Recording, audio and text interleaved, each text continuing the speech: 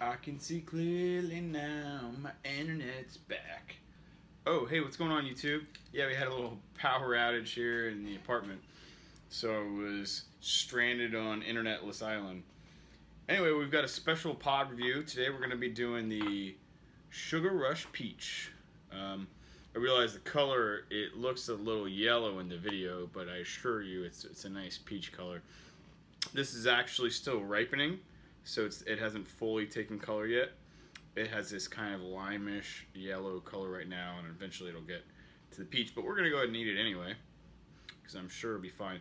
So the Sugar Rush Peach variety is a special variety from Peru that has a little bit of heat. I'd say about medium heat, but they call it the Sugar Rush because one, it has peach color, and two, because this thing just packs a ton of like sweetness and just a rush of flavor. So I'm really excited to try it. I've not tried one yet. I thought I tried one the other day and it ended up being a peach habanero. You can imagine my surprise. All right, so we're gonna go ahead and dive down, cut into it, talk about it, and then eat it. All right, here we go. This is the Sugar Rush Peach, and this was sent to me by none other than Space City Peppers down in Houston, Texas. Go Texans. We're going to cut this bad boy open. So this is part of a big package he sent me, and you know, he sent me some hot ones, but none of them too crazy hot. Unlike Chris Jackson. I don't know if you guys have checked out my mini-series on Chris Jackson's Trying to Kill Me. But he sent me some ridiculously hot peppers. Matt at Space City decided to be really nice to me and not do that. So, alright, so we cut it open. We've got, I would say, for its size, it's not a super thin-walled pepper. I would say a decent medium size, just for the how small it is. It does have a lot of placental tissue, but it doesn't necessarily mean it's super hot. If you think about it, a bell pepper has tons of placental tissue, and it's not hot at all. I'm looking for any kind of pooling. I don't really see anything. You know, something I've noticed, and somebody please correct me if I'm wrong, but in really sweet peppers that have a ton of like citrusy flavor, you can see these kind of cell walls. They remind me of like what you see in an orange when you see those little like the little sacks of citrus flavor. And they're really prominent in these really kind of citrusy, sweet peppers. So I don't know if it's just because they store a whole lot of water and sugar in these, or if it's just a coincidence and I'm a weirdo. I'm sure both is probably true, but yeah, we'll see. So you can see on the knife here, this is not actually oil. This is just a lot of water. So this is a very juicy pepper. It is an ají variety, which means it comes from Peru. And that usually these seeds aren't very bitter. We're going to remove them anyway because I really think I'm going to grow this pepper. And I just want to make sure that I got enough for it. All right, let's go back up and eat it and talk about it. All right, and we're back.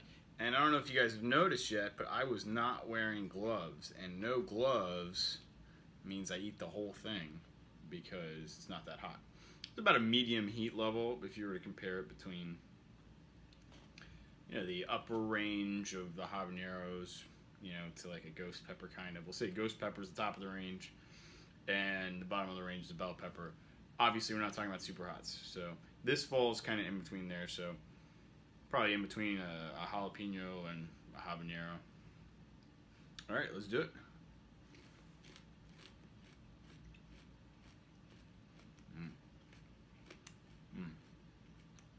Mm-hmm.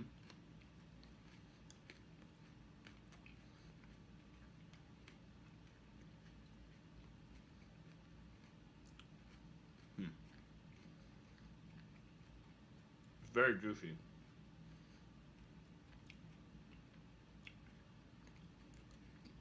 Mm.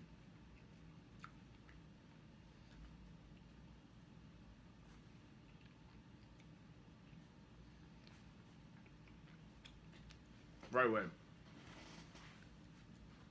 Super juicy. Super sweet. Tons of like water, right? So it makes it really crunchy.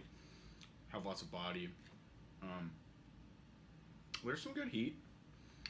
It's not a lot. You know, I mean a little bit on my lips, a little on my tongue. Pretty mild as far as comparable stuff.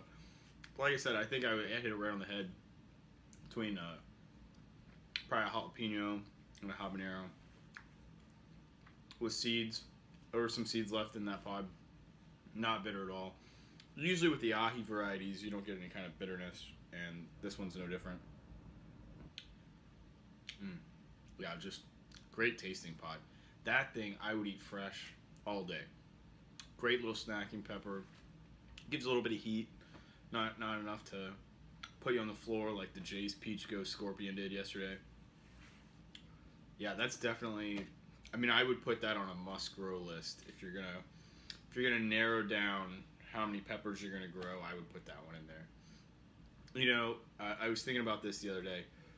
You know, there's a lot of really cool growers out there that are growing every variety under the sun, which is great, and it's great that they have the space to do that. I don't, and I know a lot of other people don't. So I think, in my mind at least, when you're trying to be selective, what I'm going to do, I'm going to take a couple different types of peppers from each kind of category, breaking it down by, you know, you got your super hots, and within that, you have different types of super hots. You have your very floral super hots, like your scorpion peppers, the morugas, most of those varieties fall into that kind of very floral, very, very hot range. And then you also have your very fruity super hots, so like 7-Pot Jonah, the 7-Pot Bubblegum.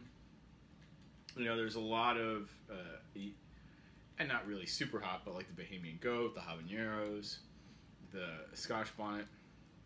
Those all are very fruity and pack a pretty big punch.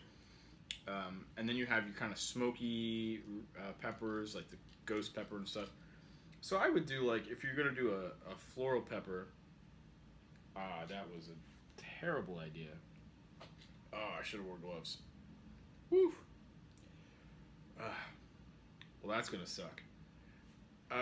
Anywho, so some from every category. I need to go, like, wash my eye out. That was dumb. Oh, boy. Fail on that. Well, don't do that, ladies and gents. Learn your lesson from me. I'm going to go cry in a corner for the next 30 minutes or so. All right, have a nice day.